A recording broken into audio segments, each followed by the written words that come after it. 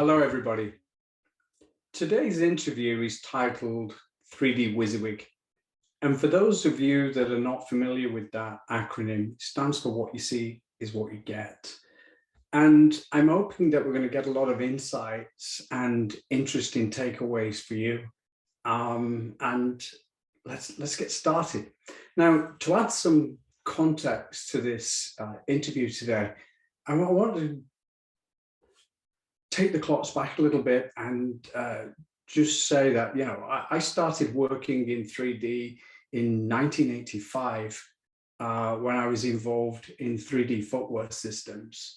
And then from 1999, when we moved into the apparel world and started to work on soft clothing and actually texture mapping and designing of 3D room sets.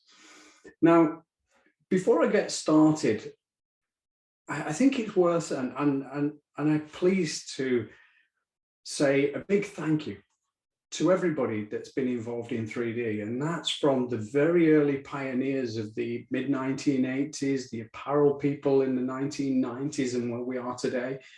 And also, let's not forget the hardware and technology folks that have given rise to some incredible advances that now allow us to do things that we could have only dreamed of 20 years ago.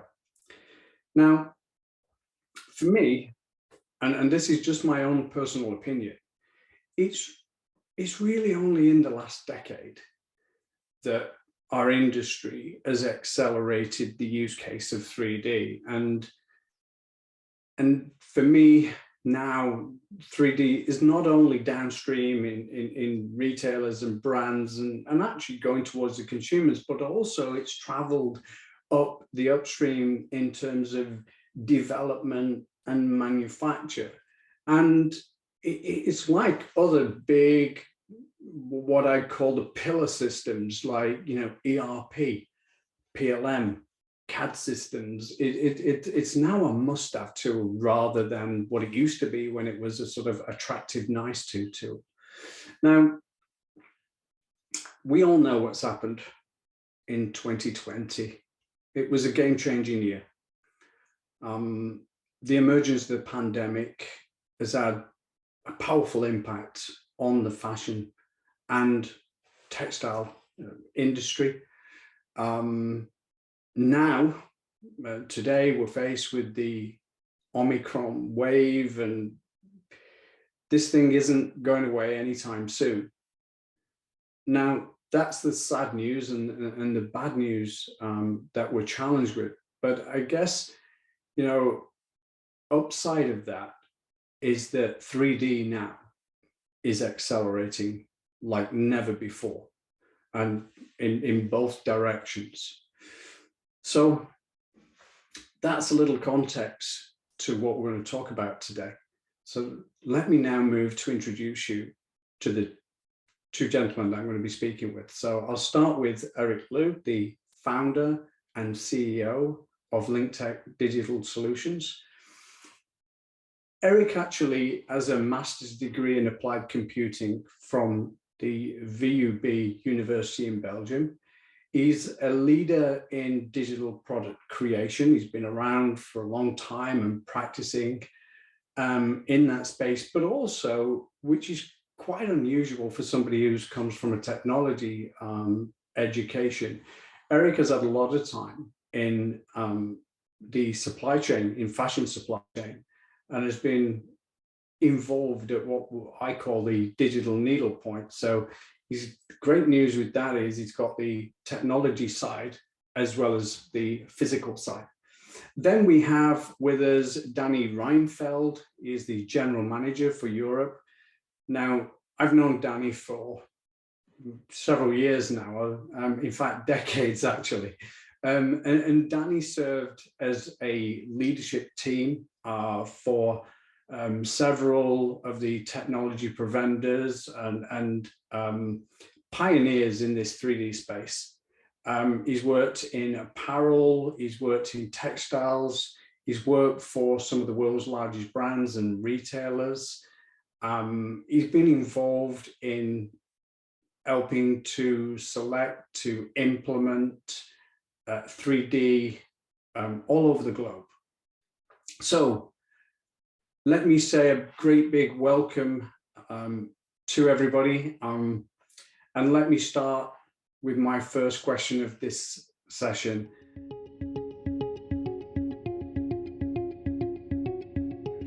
My first question is, what inspired you to enter 3D fashion? And can I ask, when you're considering this question, what was it that you feel you could do better than the other players that have been around for the last few decades? Based upon my past working experience, I found that today's apparel industry has some well-spread issue like conforming designs and pattern repeatedly before production, which leads to high labor costs, time costs, and extra material costs. Also, it was hard for us to communicate with other colleagues and clients. Low approval rates of sample adoption, low utilization of design resource, among just a few of issues encountered. We took these challenges and developed a list of problem statements linked to real-life use case, and then went to work to develop 3D as a platform. We also want to change 3D and look at the architecture, moving away from the point solution to a modern platform ecosystem model, rather than a set of disconnection tools. With the arm to reinvent to the end-to-end value chain by using a virtual design development and customer experience platform of apps. Our new platform allows apparel enterprise to maximum the efficiency and optimize the entire process by moving away from a manual to a digital end-to-end 3D setup process. Meanwhile, as a real garment could only be stored in a warehouse, we hope our products could help transform the use of the real garment and move the process forward by changing physical products into a new digital asset, making the end-to-end process more efficient, orderly, and much more convenient for all the stakeholders, which will ultimately help the apparel enterprise.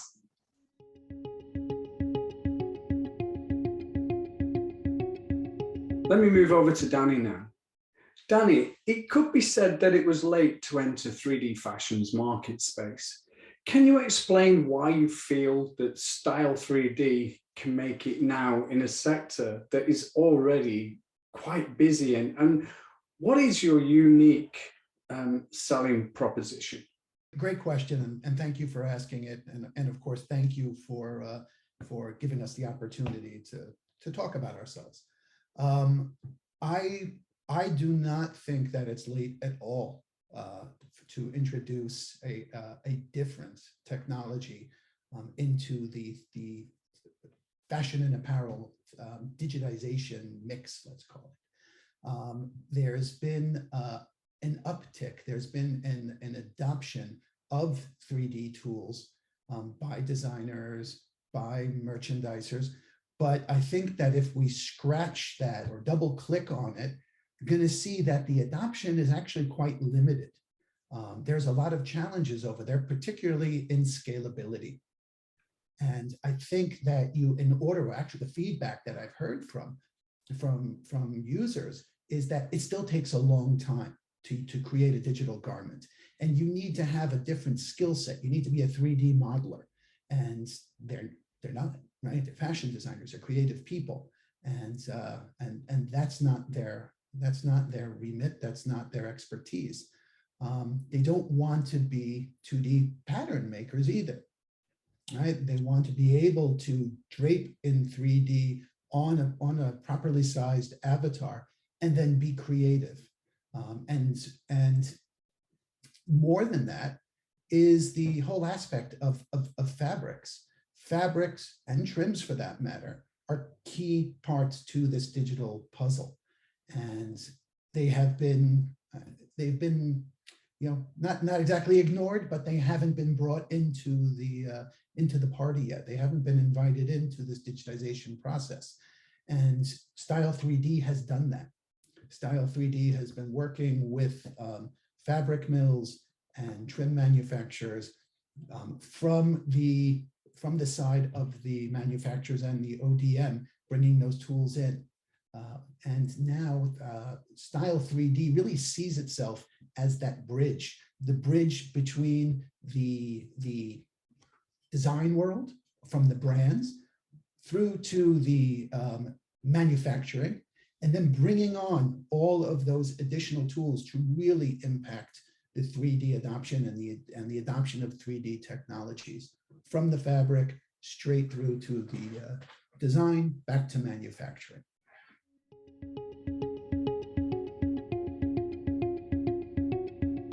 You made some points there, Danny, that have been on my mind for a long, long time. We talk about the virtual twin, and you know, for me, if we truly want that virtual twin, then without those fabrics and trims that you've just mentioned, you're not fully there. You know, you're only part way there. So I'm glad that you called that out, because it's one of my let's say frustrations. So I want to stay with you a little bit longer, Danny.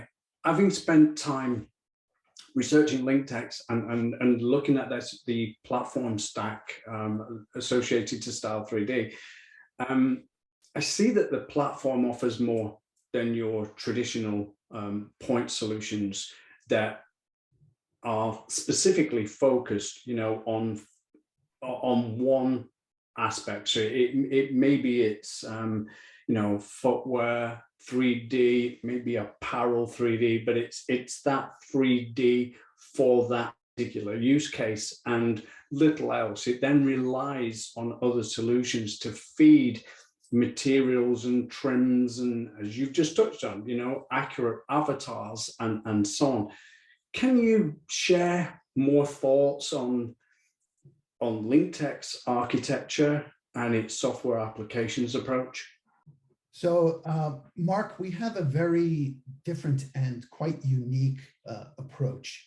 And that approach is to be able to serve the individual as an individual, be that individual a designer or a technical garment tech or whomever. Also in the production side, right? I'm a pattern maker, I'm a quality assurance. Each one of those individuals needs a solution, a best of breed solution, so that they can do their job.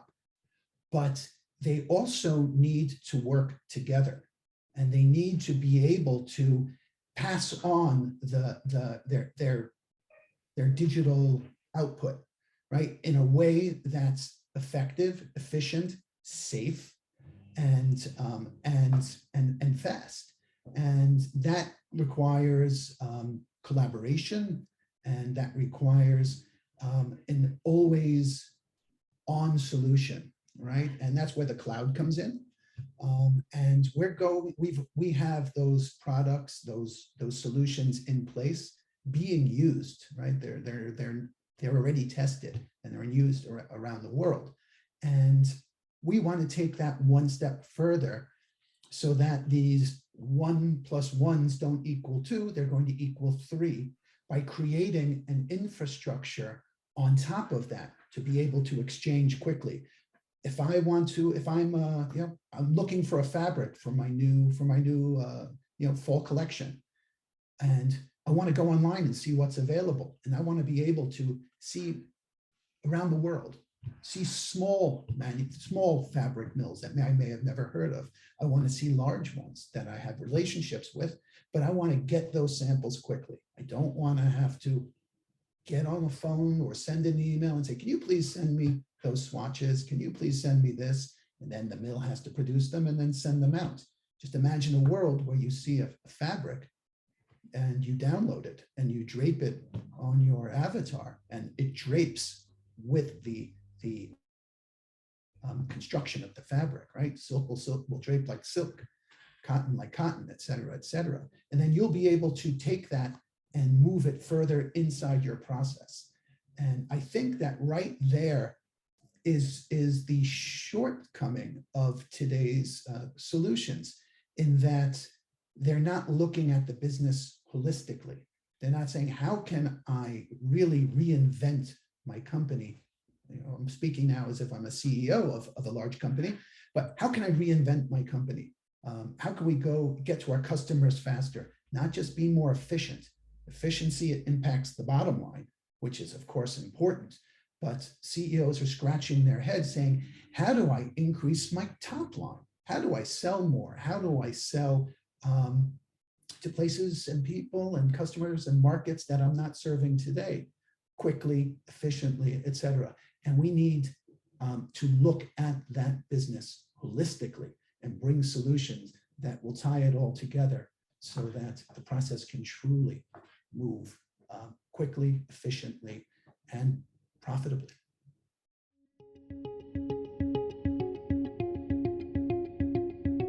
You made me smile then when you were providing that answer, because only yesterday, I think in a post that I put on, I put 2 and 2 equals 6. So we're both on the same lines there. This 1 and 1 equals 3. Yeah, and it really does. If we can stack these processes and the inputs and outputs together, the value is immense. So I totally agree with you there.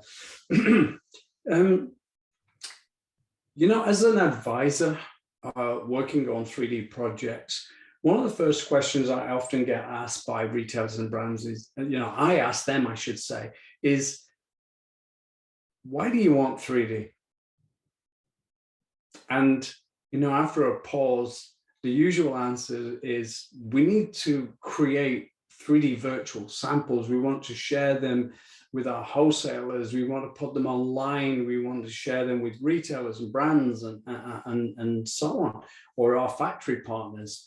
And it tends to be more of a downstream towards the consumer. And then the second most popular answer I get back is, we're looking for 3D to, you know, help our designers become much more efficient, help our developers to develop the style along with the manufacturers and become smarter, you know, and get more value. Bearing in mind what I've just said about these 2 use cases, Danny, can you expand on these and what are your experiences? Yeah, those are 2 popular and common use cases. And I think that the challenge that they're really trying to solve is what I touched on earlier. It's, how do I reinvent? How do I move my business to the next generation, right? It's, a company doesn't want to create samples. They want to sell their products. In order to sell their products, they need to create samples. It's a symptom, right? So let's go and have a palliative solution, right? Let's go take care of a symptom rather than the overall problem or the overall challenge and desired outcome.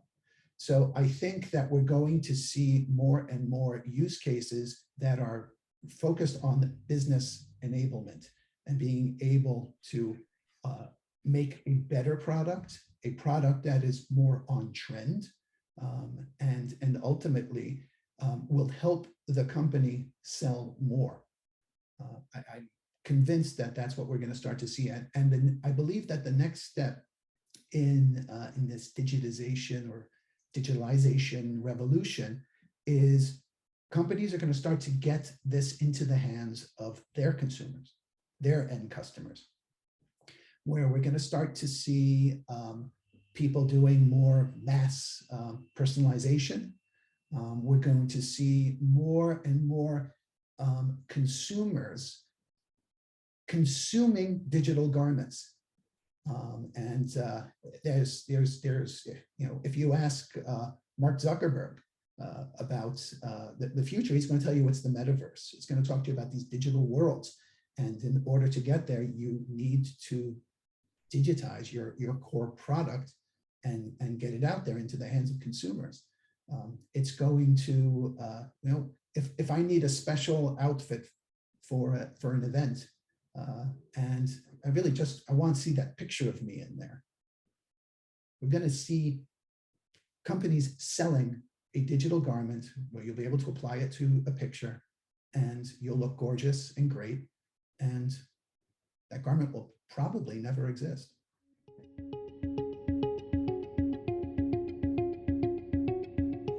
So, Eric, let's move over to you, if I may.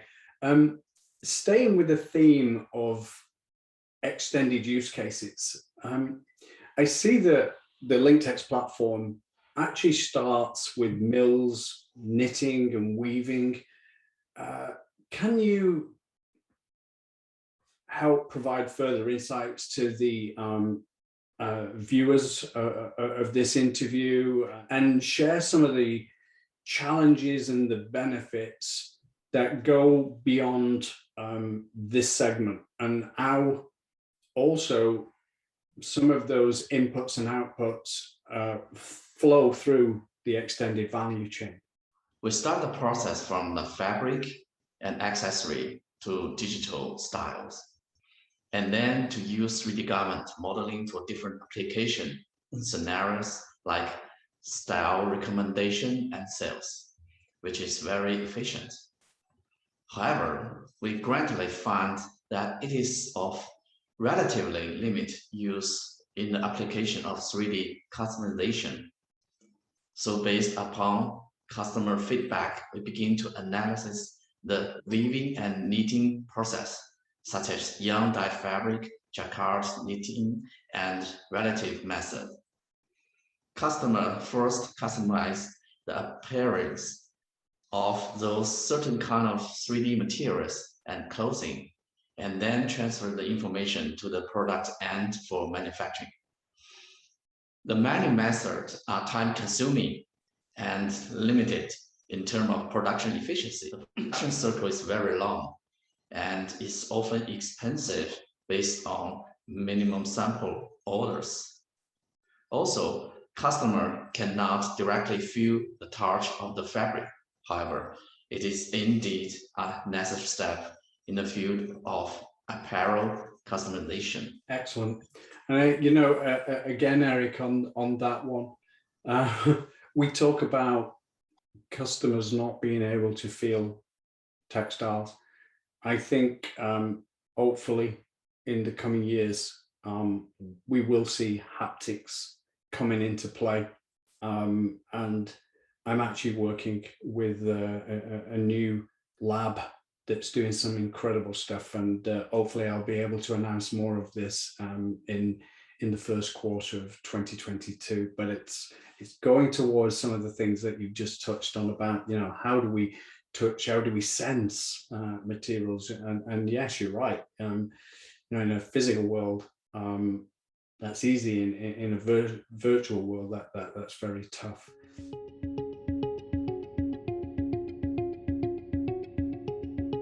Now, let me move over to Danny.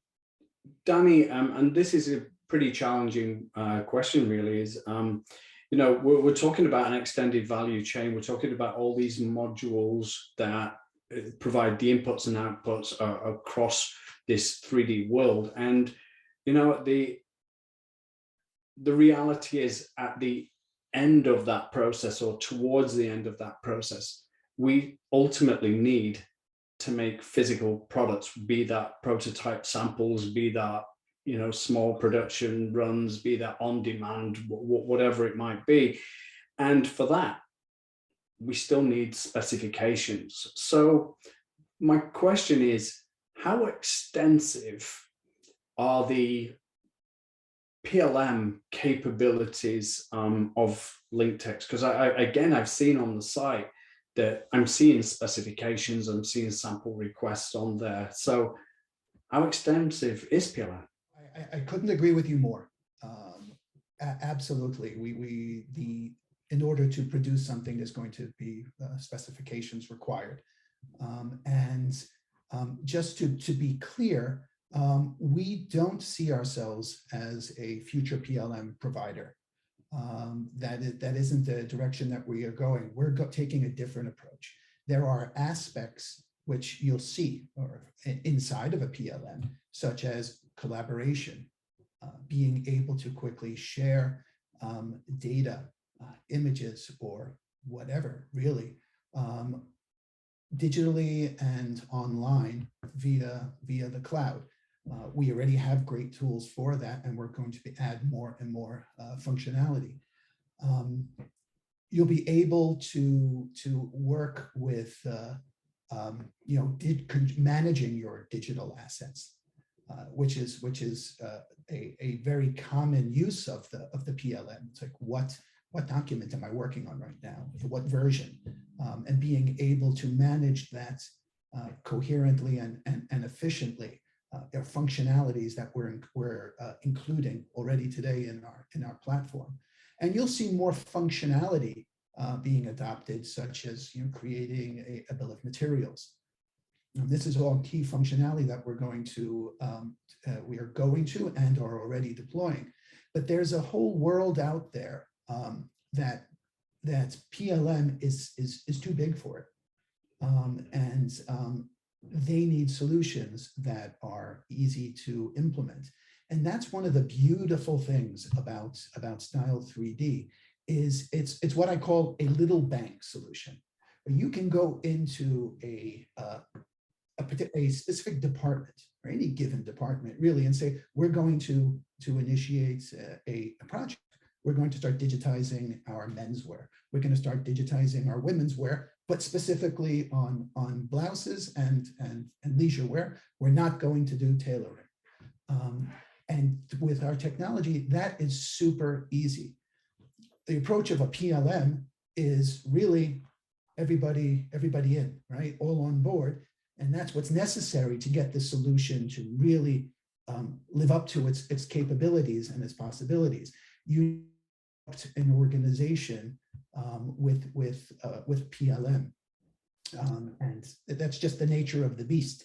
Ultimately, you expect that there's going to be a payoff further down the line for that disruption. With us, you can get that ROI, that return on your investment, very quickly with minimal impact or disruption to the way your business works. And that comes back to scalability, right? You can start here and work your way forward from a top down or from a bottom up, but you can do it in a way that has minimal disruption on your organization as well as your ecosystems. So that's the approach that we're going to take. Okay. Again, good answer. So I'm going to, on behalf of the readers and so on and viewers, so to summarize that, I think what you're saying is whether we're in design space, ultimately, whether it's a virtual product, whether it's a physical product, we still need instructions. We still need a level of specification, a summary level, and let the big PLM vendors do what they do best. But you guys do what you do best, and the two work together and will share data. Yes. Would that be a fair assumption? Yes, that would be a very, very fair and accurate summarization of what we're going for. There's best of breed solutions out there, and we want to supply those best of breeds, and where they already exist, we're going to connect to them.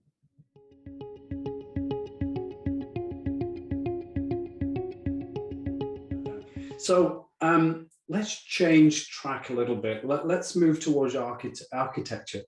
I know that you recognize the cloud as a starting point, whereas others have moved to the cloud and will further move as we go forward. But that is your starting point. Can you expand and share what it means to your users and how they're going to benefit from your architecture? And perhaps you might share a little bit of where you're going in the future. And that question really goes to Eric. At present, our cloud platform is mainly used for the digital asset accumulation of fabric, accessories, virtual models, and styles.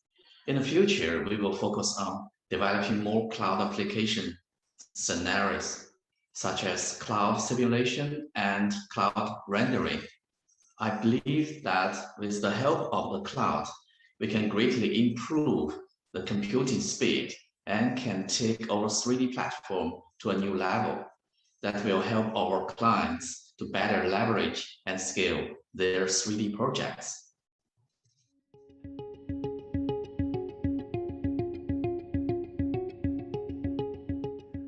So again, I'm going to change tack and let's move to education, because it's one thing having solutions and providing solutions out there, but without education, these journeys can be extremely difficult. So what methods is LinkTex and Style3D using to onboard and continue to update its users? And also, how do you go about your training? Because I see on your site you're doing both the face-to-face, you're doing online.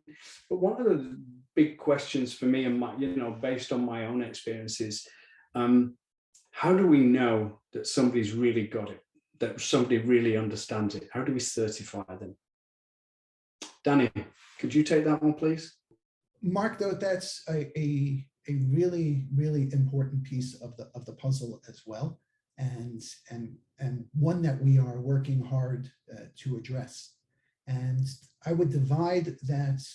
I'm going to divide my answer into two different parts. One is the formal education side, working with universities and the technical colleges to make sure there is a steady flow of competent and capable talent going into the market, and making sure that they're equipped with the skills that one needs in the 21st century to work in this new world. The other side is the informal, right? Because we are in a situation right now where we're crossing the divide, and we don't yet have that pool of talent readily available.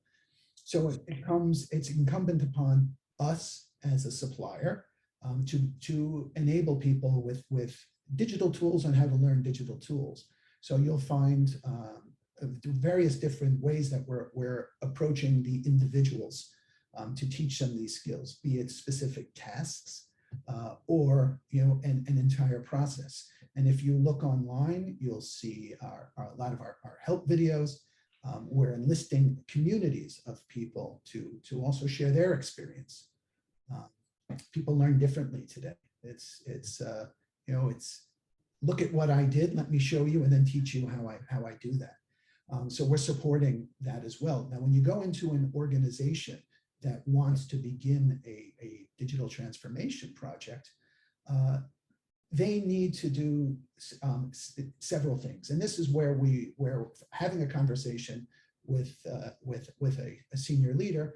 I explained to them that having the best technology is great, right? But if your users can't use it and you can't adopt your processes to use it, then it looks great on the screen, but it's not getting you that desired effect. So taking that first step prior to training is going back to what I call the task. What is it that you want to achieve? And then teaching users how to use the software to achieve that and produce success. Because it's super important to be able to show success in these projects. Pick the users that are excited about it, not those who are intimidated by technology. Pick the areas, the key performance indicators that are going to move your needle as you define it, and make sure that the users or the initial adopters are implementing the technology in a way that's going to bring you that immediate or short-term bang for your buck. Now, Style3D will come in and do that initial consultation with an account, and then we bring in our trainers. Now, when I say bring in, that could be virtual, that could be on-prem. remember on-prem. I don't know how much that's going on these days, but we've created quite an infrastructure to be able to train people online and at their own pace and on their own time.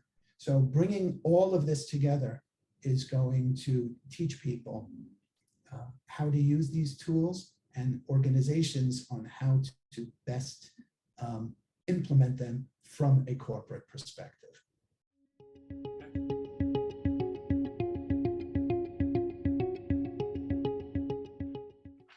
Danny, I'm going to let you quickly take a breath, and then I'm going to stay with you again. And I want to ask, what is it that Style3D is doing in order to help sustainability?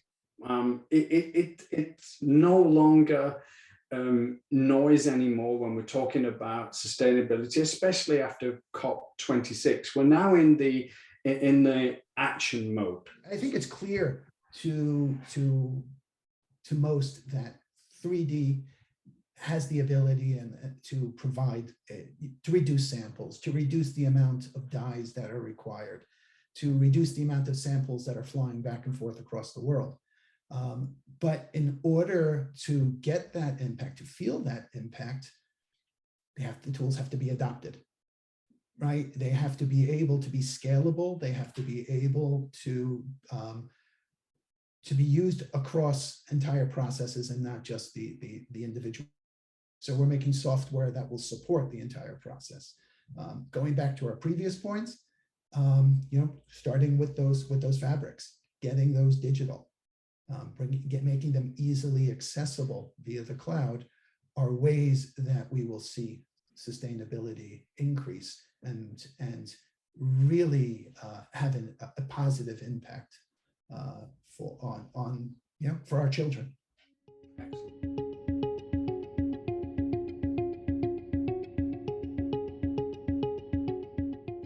Let me ask you both one last question. What would you say are some of the exciting developments that you see for 3D in the next couple of years? And I'm going to start that with Eric. Would you kick that off, please? Business models are rapidly changing, partially driven via the ongoing effect of pandemic. This will not only be limited to new tools, but also virtual content and service coming from multiple providers, seamlessly supporting new business model that will improve the future of production process and new digitalized supply chain. Even virtual fashion as an element that will enable the use of human in the future metaverse. Personally, I'm very excited about what's to come in future years. Danny, over to you. Your final thoughts on this? I think we're going to see a lot of changes in the avatars, which are going to make 3D more real, more lifelike. Today, the avatars are plastic, right? We always see, in essence, what we're doing is seeing how the fabric is impacted, but we can't see how the body is going to be impacted by the fabric. And that's going to be a game changer, being able to add muscle to an avatar, see how the garment really impacts the visual aspects of fit, right? Fit isn't just, is it tight, is it not tight? It's, how does it look, right? Does it look good? Does it not look good? And then, of course, that will lead to, does it feel good? And then, we'll have a conversation with that lab you mentioned earlier, with the haptics, and they'll be able to see, does this feel good on my body? And I think that that's going to be a real game changer.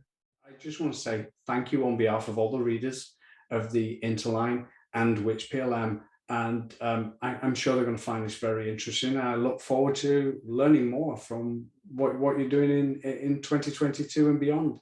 And with that, thank you. Thank you very much, Mark, and for the opportunity to meet with you and your readers. It's great. Thank you. Thank you very much, Mark.